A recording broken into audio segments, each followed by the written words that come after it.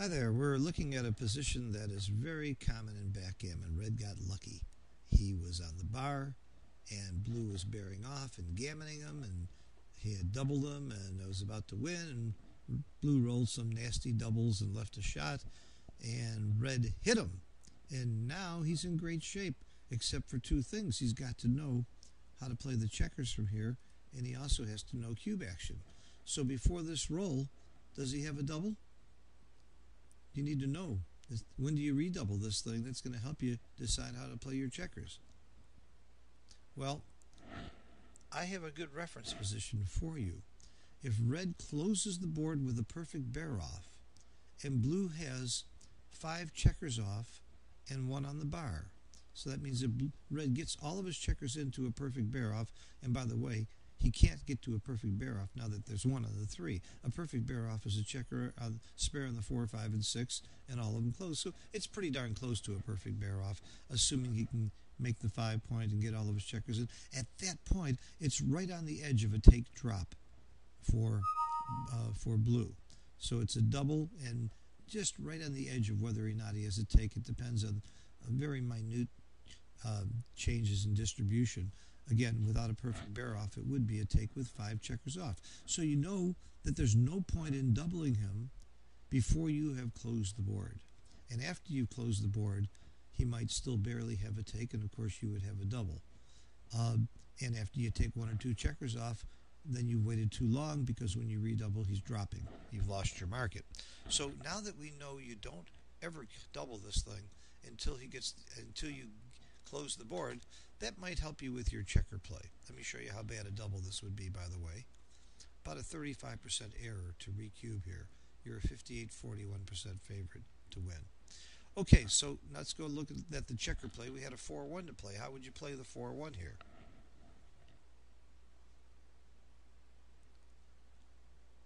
Okay, the answer is to slot.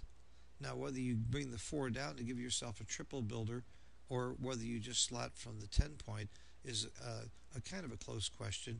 I'd rather have the triple builder, but you're taking more risk of getting hit twice and when he comes in. But I think you got to go for it, and Extreme Gammon agrees with me that you really need to slot these positions, because you're going to be sweating his rolling of 5 for the next several rolls. He's way up in the race, so even if he doesn't roll a 5 for 2 or 3 rolls, if you haven't made this point, you can be in big trouble. You have to make this point, so the fastest and best way to make it is to slot it. Okay, so let's say you play the 4-1 properly, and let's say he doesn't come in.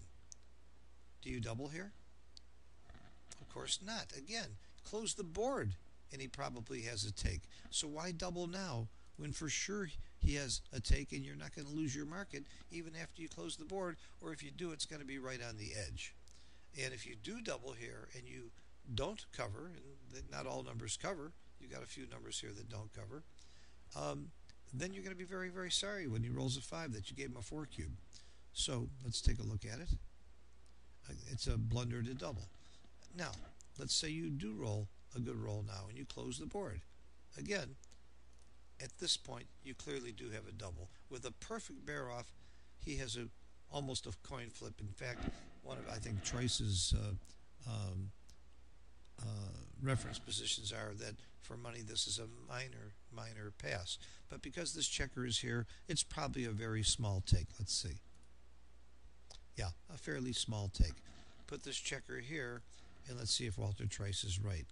It's a 0.07, and we'll prove that Walter Trice is right, because when you roll this out, I think it becomes a 0.02 drop. It's very close to it. Okay, so here's the point.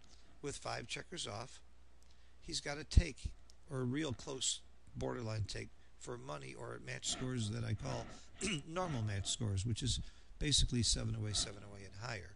He would have a take with perfect distribution, so that's the case. You don't double until you close the board. Now let's go back to our original position, or something close to it. Let's say we had something like this, and you have checkers outside somewhere. Doesn't really matter where too much. Let's say he has 4 checkers off. With 4 checkers off, if you close the board, he's dropping. He doesn't have a take. There's a huge difference between 4 checkers off and 5 checkers off. Do you double then can you double before you close the board, even though you're way behind in the race? The answer is no, except when you're about to, when it's almost imminent. For example, here would be a huge mistake to double. No redouble by 18%. But if you've got this slotted and you're almost sure to cover, you've got a good double now. Does he still have a take? Well, it's close. It depends on the score, but at most scores, you know he's probably going to cover most of the time. This is pretty much right on the edge of whether it's a take or a pass. Oh, I'm sorry.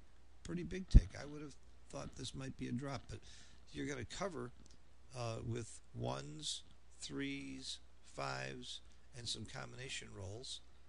Not too many combinations on top of 1s, 3s, and 5s. It's hard to think of too many that don't have a 1, 3, 5 that combo. So it's really about 27 rolls. So 25% of the time you don't cover, and when you don't cover, he might come in and hit, and also he might get a shot later on. Or what happens right now, if you roll double sixes, that would be a fun roll. You're going to leave the double shot here. So there are some chances still for blue. I would have tended to drop this, but I'm wrong. So I'm not always right. I'm looking at these reference positions. One more cover, and it's a pretty big drop. A pretty big drop. But this shows you with 4 checkers, he's still got to take. And with 3 checkers, now he's got to drop. Thank you. Got this one right. So this pretty much tells you how to play your checkers and when you should redouble and when you should take. Now, again, how can you get good at these? By testing yourself, by doing references. I just tested myself and got them all right but one. The one I got wrong, I'm going to remember that for a long time. 4 checkers off, he can still take even though he only doesn't get covered 25% of the time. That's a reference for me now. This becomes a thematic area of play for me to understand what makes it a take and what makes it a drop, and I also know how to play my checkers. So studying this, setting up different positions, taking different numbers of checkers off will get you to your references, so you will be able to decide when to take or drop, and then when the score changes, you can make other decisions. For example, at 3 away, his take point's a little higher. It's 25% instead of 21.5. He's going to drop a little sooner. You can double a little sooner, maybe 1 roll sooner or 1 checker better as a result. So those are the kinds of things that you can use your reference positions for and adjust for. Now, it's an entirely different game when your opponent, when you have an open 2-point or 1-point compared to an open 4-point, 5-point, or 6-point. And here you would be much less inclined to slot. Here you would be doubling much sooner, even if you're way down in the race, because he has so few rolls that come in and get out. He could easily come in with a 2-1, 2-3, or 2-4, or double 2 and still not escape. So because of that, and you might have continuing shots, you don't have to be as desperate to slot the point. And the 1 point, you're going to get drops a lot faster, even with a lot more checkers off. Because, again, only the 1-6 comes in and out. Otherwise, you've got a really good, strong containment game. So you have to study these separately, too, with different numbers of checkers off. That's how you can get good at this, and that's how you can come up with the right cube action. But, again, my methodology is to set it up and figure out the right cube action and then play the checkers from there. Because if I know the right cube action, that's going to help me decide how I'm going to play the checkers, at what point I can double. If I can slot and get away with it, and that's a double, I know I have to slot. And if I know I have to make the point in order to be able to double, I know I have to slot to make the point. If I can just win the race without any slotting, if he has a stronger board and a weaker race, I might not slot at all, and I might just play to win it by the race. I may never have to make the open point in order to win the game.